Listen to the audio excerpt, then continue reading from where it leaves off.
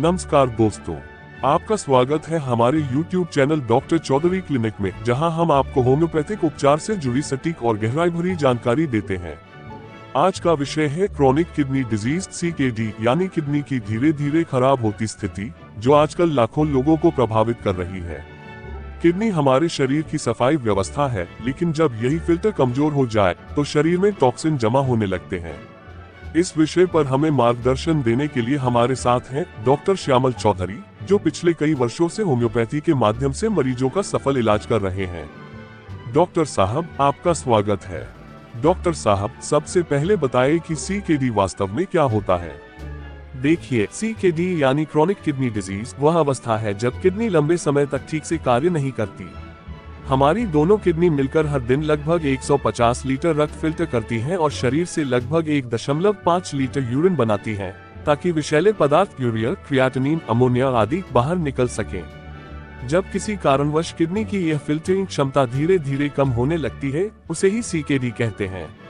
यह एक धीमी लेकिन प्रगतिशील बीमारी प्रोग्रेसिव डिजीज है, जो महीनों या सालों में बढ़ती है। CKD के प्रमुख कारण क्या है?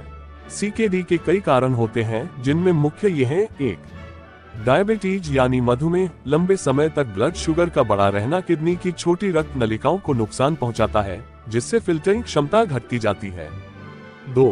High blood pressure. लगातार उच्च रक्तचाप से किडनी की रक्त वाहिनियां संकुचित या मोटी हो जाती हैं, जिससे रक्त प्रवाह कम हो जाता है। 3. बार बार यूरिन इन्फेक्शन। यदि बार बार इन्फेक्शन हो और समय पर इलाज न किया जाए तो ये धीरे धीरे किडनी को नुकसान पहुंचाता है। 4. नेफ्राइटिस। किडनी के टिश्यू की सूजन या ग्लोमेरुलोनेफ्राइटिस भी CKD का एक प्रमुख कारण है।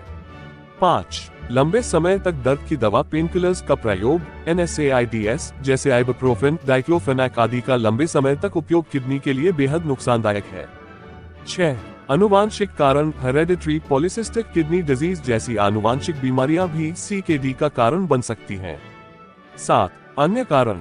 शरीर में लंबे समय तक डिहाइड्रेशन रहना, नशे की आदतें, शराब, धूम्रपान, पथरी, किडनी स्टोन्स का पुराना इतिहास, ऑटोइम्यून डिजीजेस जैसे लूपस नेफ्राइटिस।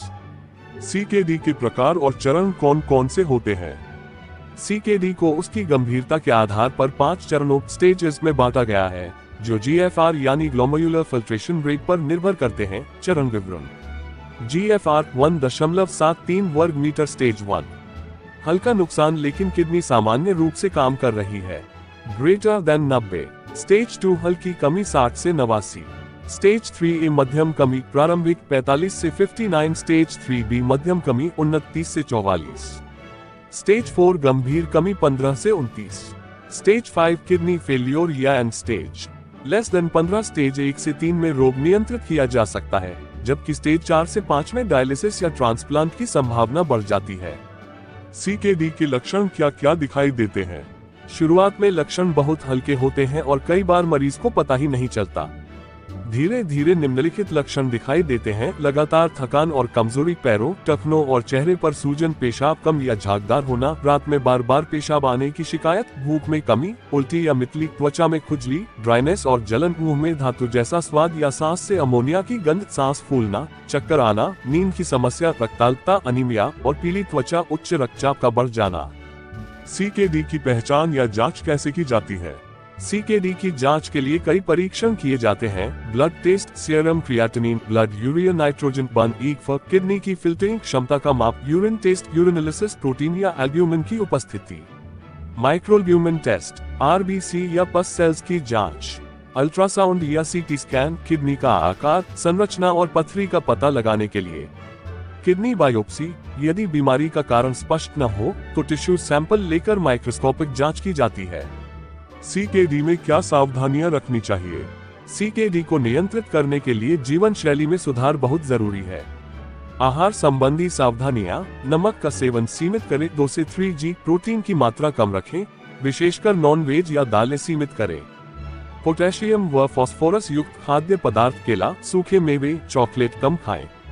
पानी की मात्रा डॉक्टर के अनुसार लें। कैफीन, शराब और धूम्रपान से परहेज करें।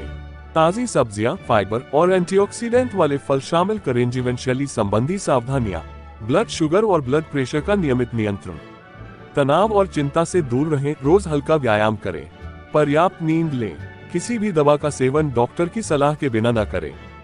होम्योपैथी में सीकेडी का इलाज कैसे किया जाता है? होम्योपैथी सीकेडी को केवल शारीरिक बीमारी नहीं बल्कि शरीर की असंतुलित स्थिति के रूप में देखती है। इसमें इलाज व्यक्ति की संपूर्ण प्रकृति, लक्षण और मानसिक अवस्था के अनुसार किया जाता है। कुछ प्रमुख औषधियां हैं: बर्बरस वल्गारस किडनी में दर्द, झागदार यूरिन, खून की उपस्थिति में उपयोगी।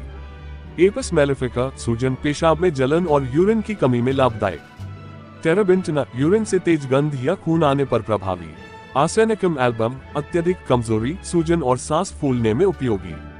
लाइकोपोडियम दाहिनी किडनी की समस्या, गैस और भूख की समस्या में लाभदायक। डिजिटेलस किडनी और हृदय दोनों में कमजोरी हो तो उपयुक्त।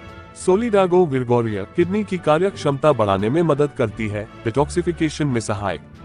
महत्वपूर्ण: दवा का चयन हमेशा डॉक्टर की देखरेख में ही होना चाहिए, क्योंकि हर व्यक्ति के लक्षण और शारीरिक प्रकृति अलग होती है।